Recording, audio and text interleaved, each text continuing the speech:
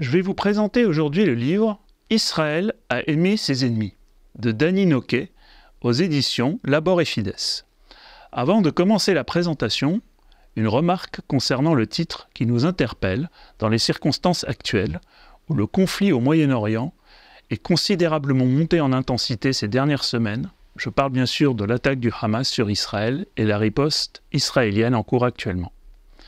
Il s'agit ici non pas de l'Israël moderne, mais de l'Israël biblique et de sa relation avec les pays et les peuples voisins, ainsi que sa relation avec les empires de l'époque.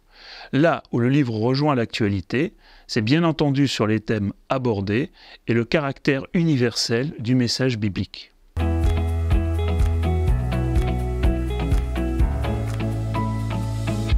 Le titre peut paraître contradictoire avec l'image de l'Ancien Testament, qui donne en général l'impression d'être violent, voire même extrêmement violent.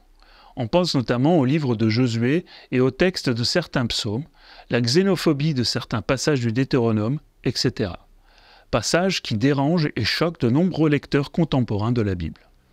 Si ces textes existent bien, il y a aussi de nombreux autres textes qui sont bienveillants et ouverts aux autres peuples et aux autres nations. La Bible n'étant pas un monobloc, loin de là, c'est un texte particulièrement vivant qui évolue. L'Ancien Testament laisse cohabiter des manières de penser différentes. Dans l'introduction du livre, le bibliste Thomas Romer évoque dès le début deux aspects de Dieu. Elohim, qui est à la fois un pluriel et un singulier, et présente donc un Dieu inclusif, et Yahvé, le Dieu exclusif.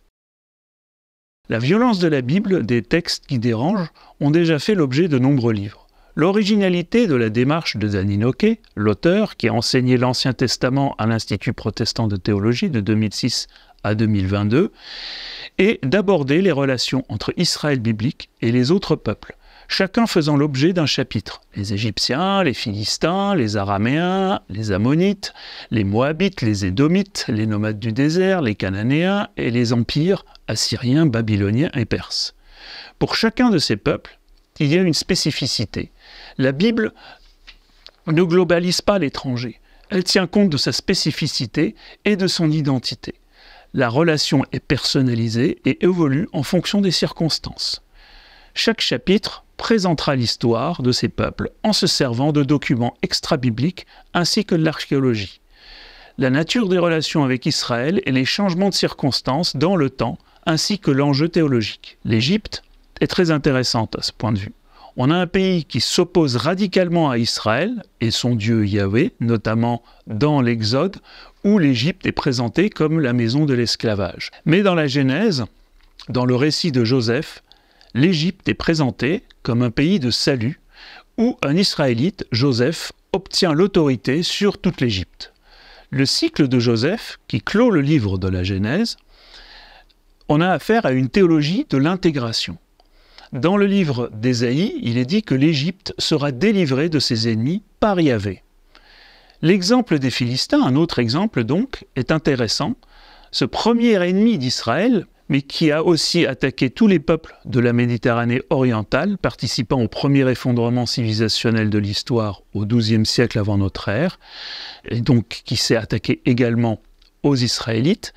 Si les Israélites et les Philistins vont s'affronter, on a aussi des textes qui font l'apogée d'un vivre ensemble, notamment dans la Genèse au chapitre 20, entre Abraham et Abimélec, puis entre Isaac et Abimélec, où les Philistins sont même présentés comme des coreligionnaires. On a dans ces textes des récits universalistes et xénophiles qui démontrent la nécessité vitale d'un vivre ensemble et de reconnaissance mutuelle. Si les Philistins sont un peuple bien défini, pour les Cananéens c'est plus difficile. La relation est différente. Ce peuple, qui regroupe en fait plusieurs peuples, est pour Israël des peuples à chasser. Le Deutéronome, par exemple, prône une séparation stricte. On a un texte particulièrement violent au chapitre 7, où il est demandé à Israël d'exterminer tous les peuples de Canaan. On est ici dans une opposition radicale avec la Genèse au chapitre 23, ou même Josué, chapitre 9, où on assiste à une alliance avec les autres peuples cananéens. L'analyse est faite pour tous les peuples que j'ai cités tout à l'heure, je ne vais pas tous les passer en revue, mais la Bible présente bien des spécificités, une histoire, des circonstances particulières à chaque fois.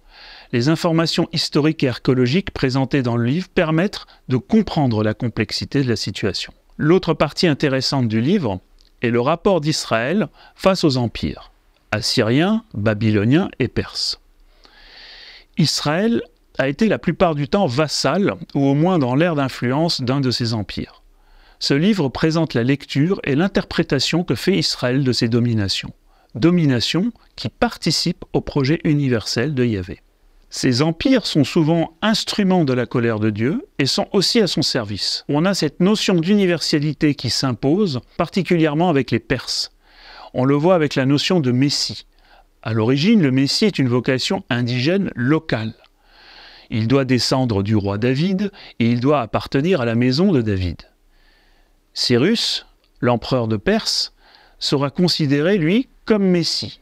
La messianité devient alors internationale et on a dans cet épisode, relaté dans le livre d'Ésaïe, le signe de l'attachement universel de Yahvé aux empires et aux autres peuples.